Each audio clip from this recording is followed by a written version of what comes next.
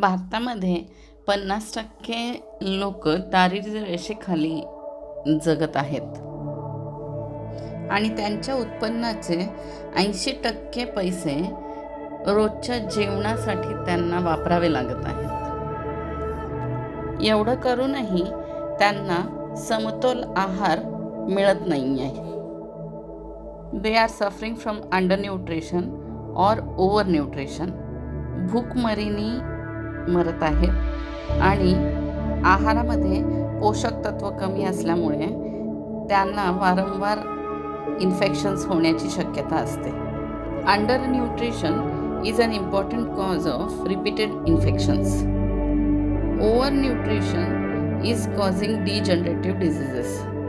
आणि काही लोकांमध्ये जादा आहारामुळे, असमतोल आहारामुळे डायबिटीज, कॅन्सर, वजन जास्त असणे इत्यादी आजारांचा प्रादुर्भाव आहे.